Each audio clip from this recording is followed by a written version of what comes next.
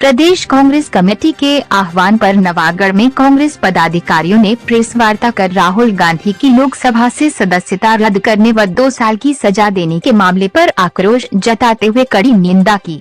कार्यक्रम के प्रभारी गोरेलाल बर्मन ने कहा कि राहुल गांधी को सिर्फ टारगेट किया जा रहा है, असली मकसद अडानी को बचाना है।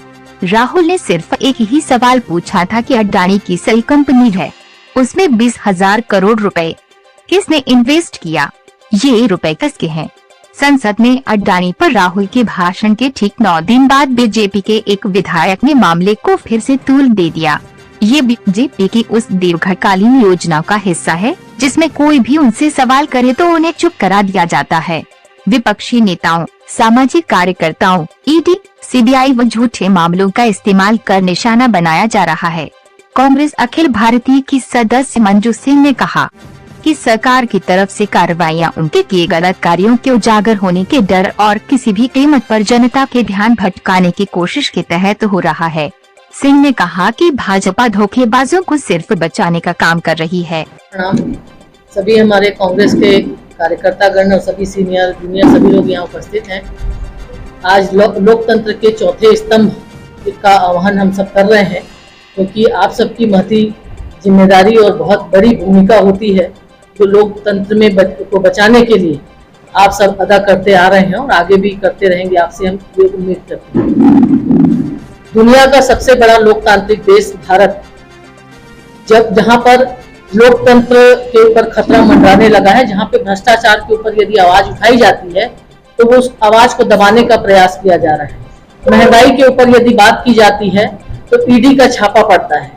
यदि बेरोजगारी के ऊपर बात होती है तो माइक को म्यूट कर दिया जाता है।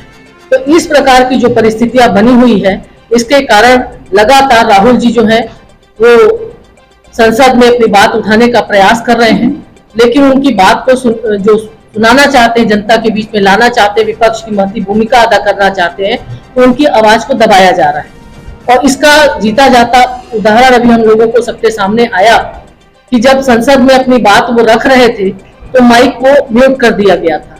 उनका जो भाषण है, जो एक रिकॉर्ड के तौर पे हमेशा लिखा हुआ रहता है, आने वाले समय में चाहे सरकारें किसी की भी हो, तो उसको यदि पढ़ना चाहे सरकार तो पढ़ सकती है कि किसने क्या भाषण दिया था।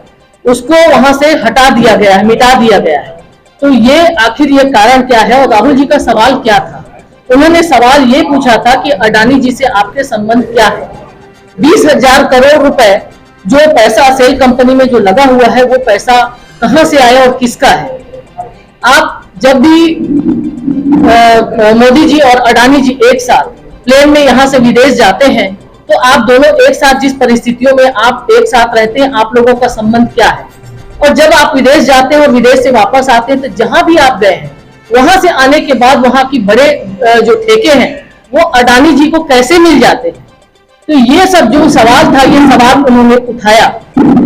वो जो कंपनी है जिसमें हम लोग लगातार बात कर रहे हैं कि अडानी जी के 20,000 करोड़ रुपए जो अडानी की कंपनी में लगा हुआ है, सेल कंपनी में लगा हुआ है, तो वो पैसा आखिर किसका है, ये पूछने का हक तो बनता है कि विपक्ष की भूमिका होती है कि आप ये पैसे उसके पास कहां से आ रहे हैं। आज जो 10वें नंबर 11वें नंबर का जो आदमी था, वो अचानक से 3रे नंबर पे इतना अरबपति आदमी कैसे बन गया? तो ये पूछना तो विपक्ष की भूमिका है, जो लगातार कांग्रेस पार्टी के जो राहुल गांधी जी है संसद में अपनी आवाज को उठा रहे हैं, तो उनकी आवाज को दबाया जा रहा है। वहां राज्यसभा में सांसद जी जब अध्यक्ष जी से बात की और उनसे मिले और उनसे 3 बार मिले, वो उनसे कहा कि मुझे बोलने का अवसर दिया जाए, तो उनको बोलने का अवसर नहीं दिया गया, उनको चांस नहीं दिया गया। तो आखिर विपक्ष होता किस लिए है? यदि विपक्ष डिग्री पर बात करता है तो किस धारा के तहत लगातार उनसे केजरीवाल जी भी पूछ रहे हैं कि भाई किस धारा के तहत उनको 25,000 रुपए का उनको पनिशमेंट दिया गया? तो वो धारा नहीं बता पा रहे हैं। भ्रष्टाचार के ऊपर यदि जो उत्पन्न हो रही है देश में अराजकता की स्थिति पैदा करने वाली है। तो से बहुत सारी ऐसी घटनाएं हैं जो पहले भी घटी हैं।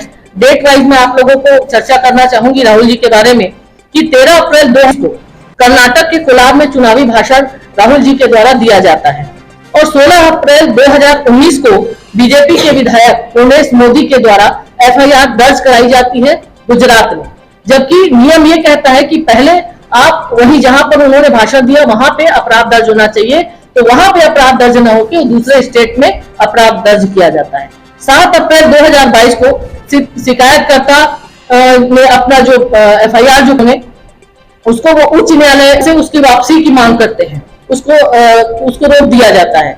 उसके बाद 16 फरवरी 2023 को गुजरात उच्च न्यायालय में अनुरोध जो है वो वापस लेते हैं कि इसको वापस कर दिया जाए। फरवरी 2023 निचली अदालत में फिर से सुनवाई शुरू होती है कि जो पहले जज होते हैं, जज को जब बदल दिया जाता है तब फिर ये सुनवाई इसमें शुरू की जाती है। 5 2023 को ट्रायल कोर्ट में राहुल जी को दोषी ठहराया जाता है और अधिकतम सजा 2 साल की उनको दी जाती है। इसमें भी कहीं न कहीं षड्यंत्र की बू आती है, इसलिए क्योंकि ये इतनी बड़ी बात नहीं थी कि उसके लिए आप सीधा उनको 2 साल की सजा देते। यदि उसमें 1.5 साल या फिर 19 महीने या 19 महीने से ज्यादा भी यदि उनको सजा मिलती है, तो ऊपर आवाज उठा रहे हैं, जो 20,000 करोड़ रुपए मोदी जी के उनके संबंध के बारे में आवाज उठा रहे हैं और अपने जो लगातार जो जनता की हक जो मांग कर रही है जनता, उसके लिए आवाज उठा रहे हैं, तो उनकी आवाज को दबाने के लिए इस प्रकार का षड्यंत्र उनके द्वारा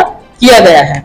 राहुल जी को बीच में उनके ऊपर आरोप भी लगाया कि वो विदेशी ताकतों के साथ में संबंधित है। उनका बयान आया विदेश का कि हमारी नजर जो है वो भारत के ऊपर है, कि आखिर संबंध राहुल जी के साथ में बताने का बीजेपी के नेताओं ने प्रयास किया, लेकिन ये सब एकदम पूरा झूठ था और सिर्फ झूठ की बिसात पे राजनीति करने वाली भाजपा इस प्रकार से भ्रम फैला रही है और इसका जो खंडन है वो राहुल जी ने किया। उन्होंने कहा भी कि ये जो है ये झूठ बोला जा रहा है। उनका जो बयान था कि उन्होंने ये कहा था कि हमारे देश में जो भी हमारी समस्याएं हैं उसको हम आपस में मिलकर यहाँ समाप्त कर लेंगे, इसमें किसी और की दखल की कोई बात ही नहीं थी। लेकिन इस प्रकार से जो झूठा प्रचार करके राहुल जी को बदनाम करने का जो प्रचार है, कुत्सित प्रयास ये लगातार बीजेपी के नेताओं के द्वारा किया जा रहा है।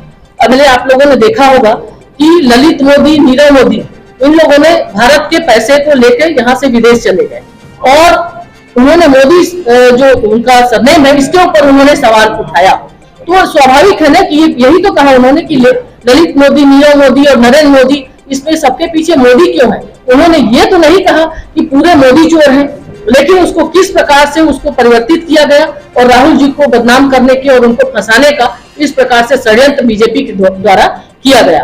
अपनी जान में वो जब फंसने लगे, जब उन्होंने ये कहा कि ये ओबीसी के खिलाफ में राहुल गांधी ने बयान दिया है, लेकिन ये अंदाजा उनको नहीं था कि पहले जो ओबीसी अगर वास्तव में ओबीसी होते तो आज पूरे देश में वो गृह युद्ध छिड़वा देते। हमें ऐसा लगता है कि आपस में ओबीसी लोगों को लड़वाने का काम बीजेपी के नेताओं के द्वारा किया जा रहा था, लेकिन उनका जो प्रयास है उन्हें तब हुआ जब उनको ये एहसास हुआ कि ललित मोदी और नीरव मोदी ये तो दोनों ओबीसी हैं ही नहीं और उनको ओबीसी से जोड़ा जा रहा है। तो जब पोल उनकी खुली तब उनको इस बात का एहसास हुआ कि हम गलत पटरी में अपनी बात को लेके जा रहे थे और आज हमारी जो बात है झूठी साबित हुई है और जनता इस बात से अनभिज्ञ नहीं, इस बात को समझने लगी है।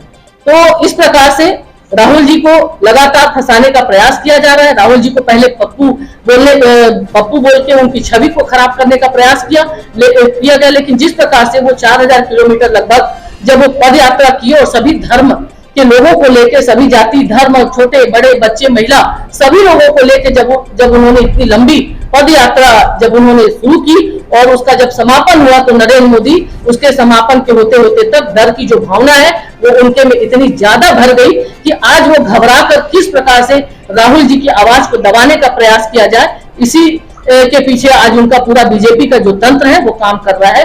और इसी का जो जीता जाता उदाहरण अभी जो उनकी सदस्यता समाप्त की गई है वो देखने को हम सबको मिला है।